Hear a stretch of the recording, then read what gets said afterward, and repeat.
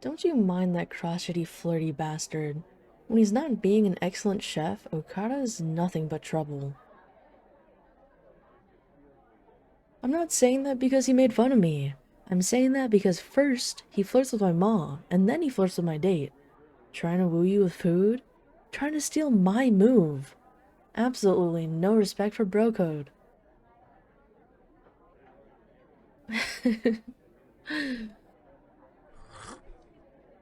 Admittedly, it is and was incredibly excellent food. I consider myself decent at home-style Japanese cooking like rice balls or curry, but the finer things have to be done by a master with the best ingredients and decades of practice.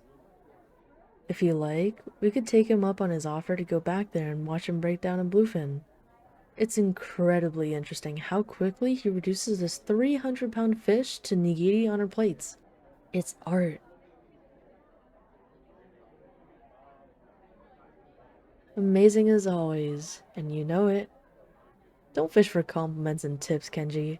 You know your boss will have my head if I give you one.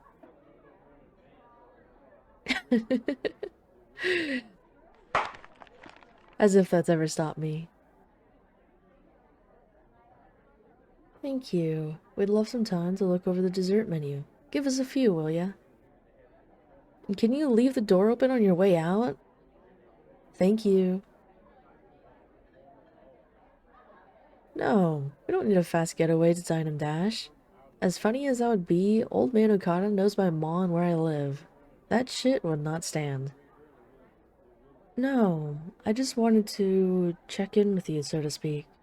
And make sure you know both figuratively and literally, doors open if you feel uncomfortable and would like to go.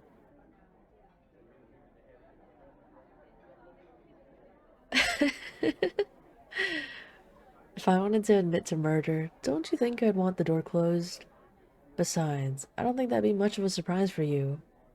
Which is actually sort of my point. In case I haven't made it abundantly clear, I like you. I think you're incredibly beautiful.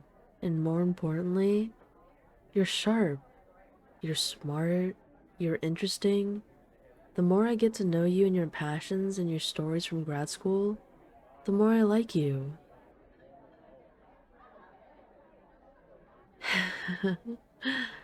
But should we continue to date? Should we continue on this date? I want you to be aware the reverse might not be true. I have deeply enjoyed getting to spend more time with you, but you might not like spending more time with me and all that entails.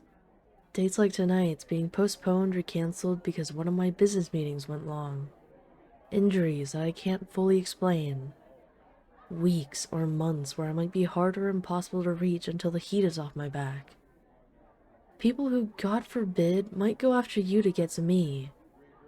The security measures and paranoia I would have to put you through to make sure that doesn't happen.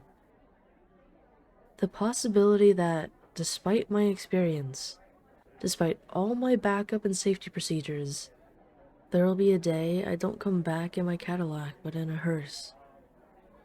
I can promise you nice dinners, nicer gifts, anything in my power, but I can't promise you stability. And I'd like to give you the opportunity to tell me if you could be okay with that.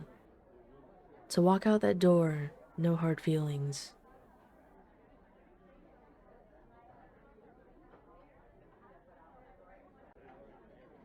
The best dinners you've ever had.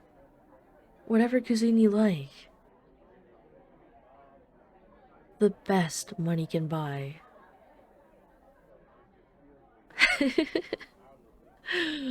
Okay. I've warned you of my possibly, debatably imminent, violent demise, and you just say, okay, sounds good to me. I should have guessed you were just using me for my money.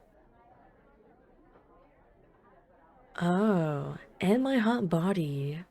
Why, thank you. I love to be useful.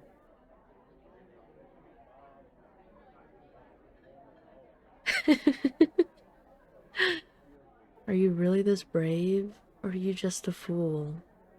Was being a librarian so boring that you got kidnapped on the job and were just like, to hell with it, might as well have fun? Good. I'm having fun too. It's not that I want to cut our date short. There's nothing I'd like less. I just want to make sure you're aware of what being with me could involve before I get too excited for a second date. I know we're not done with the first one, but what can I say that I haven't already? I like you. I want to be with you if you'd have me. All of me.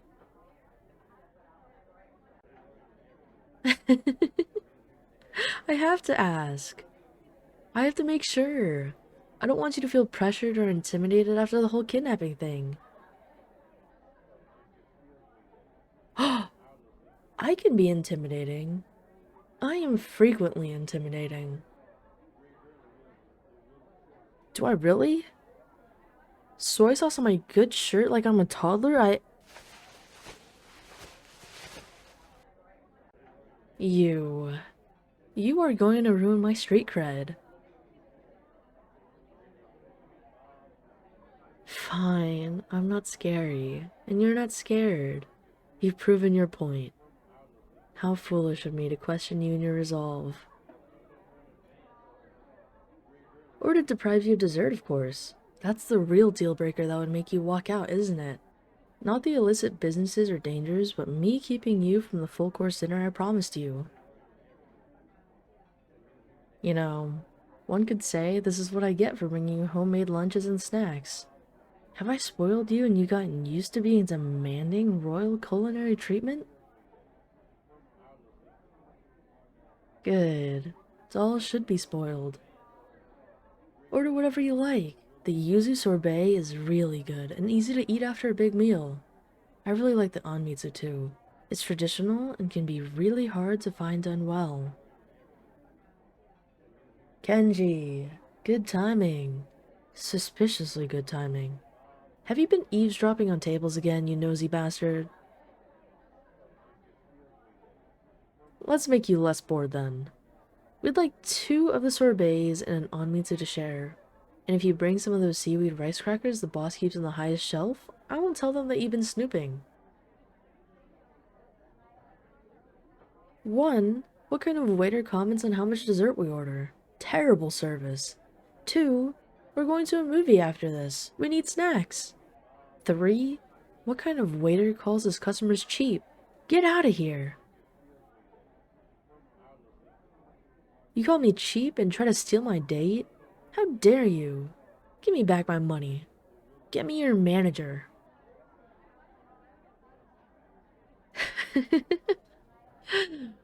Don't you listen to that asshole. I can afford movie theater snacks. I just choose not to. Part of the fun is stuffing your pockets full of contraband and hoping they don't check your bags with your tickets. Great, we can agree on that. Now, the important thing for us to decide. What movie to watch? I'll lay my cards on the table. They're doing a screening of Porco Rosso, and that sounds like a fun night to me. Of course. Studio Ghibli is for everybody, regardless of gender, race, occupation. G's a sucker for Ponyo, though. Spirited Away scares the shit out of him. The tunnel really freaks him out, and I can't blame him.